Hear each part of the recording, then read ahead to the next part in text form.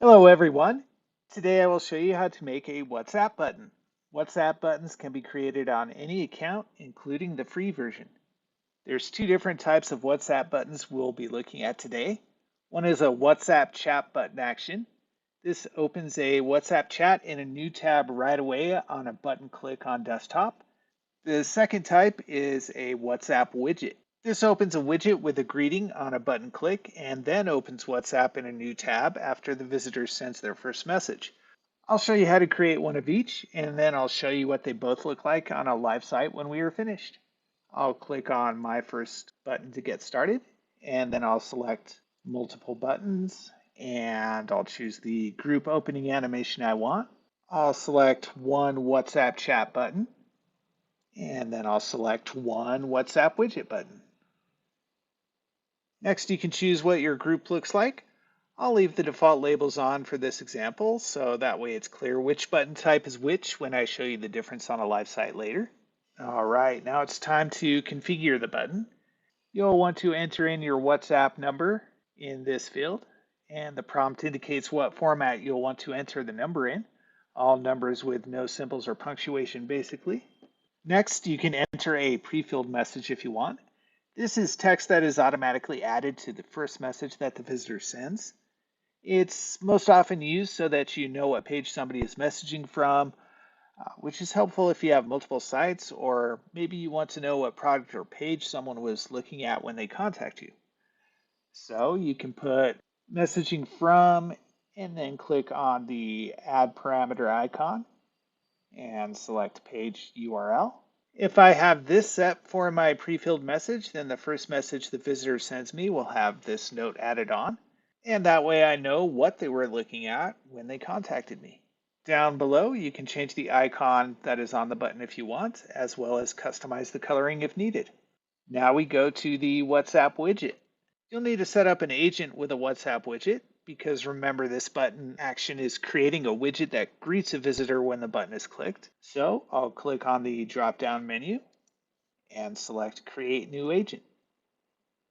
I'll put my name for the agent name in this example.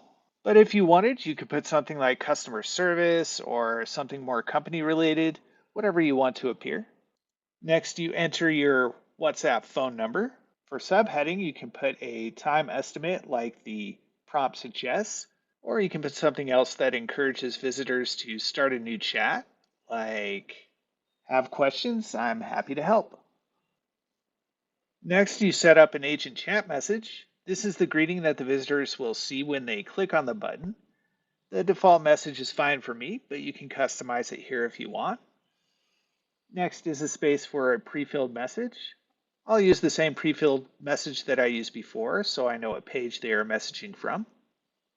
Next, you can select an image to use if you want one for your agent. You can make that a personal picture or a company logo or whatever you would prefer. Just click on select image and then paste in the URL of the image you want to use. If I turn show start chat button on, that will add a button to the widget that says start chat.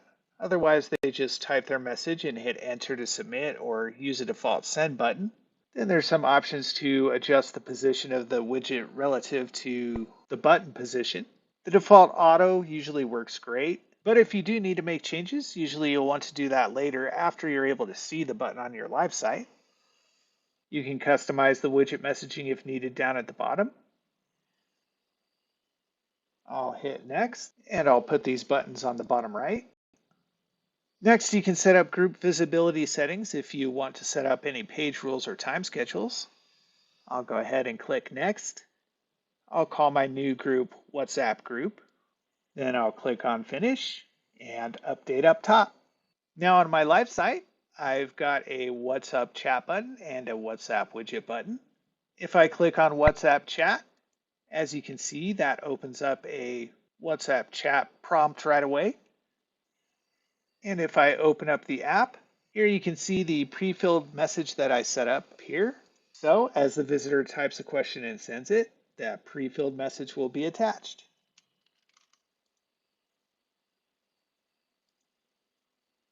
All right, going back to my site. Here's what it looks like if a WhatsApp widget is clicked on.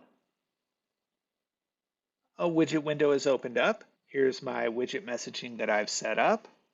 So when a visitor types a message, as soon as the visitor hits send, they'll be prompted to open up WhatsApp. WhatsApp will then open up with the message that they typed and my pre-filled message ready for them to send. Now I'll show you a few advanced ideas for how to use WhatsApp buttons. For the first example, let's say that you have several numbers that visitors would commonly need to reach, and you want all of them to be conveniently available. In that scenario, you can set up a sort of directory menu that uses multiple WhatsApp buttons. So this example here would be for an educational institution that offers several different numbers to call. There's a number for new students, returning distance learning students, and so on, and also a number for Spanish speaking support. The idea would be that you have a WhatsApp menu button that expands to show several different available departments to choose from, and that way the visitor can easily choose the correct party that they need to talk to. The next example would be for setting up different available WhatsApp buttons based on the page that the visitor is on. So let's say that you have a medical facility and you want to offer different contact options depending on what page the visitor is looking at. You might want the oncology departments to have a way to contact oncology staff, while pediatrics has a way to contact the pediatric staff, and so on. In this example on my test site, I put a WhatsApp button and an email button for one doctor on my About page, and buttons for a different doctor on my contact page. Each page has an option to start a WhatsApp chat or to email the doctor. The available staff is just changing depending on what page I'm looking at. This is set up with page rules. I have a different rule set up for each button group. If I go to the visibility tab for the Dr. Abbott button group, you can see I set a page rule that says URL contains about. This way the button group is only appearing on my About page.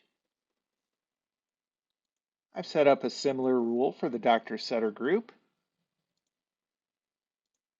Only in this case, I've set a rule for URL contains contact.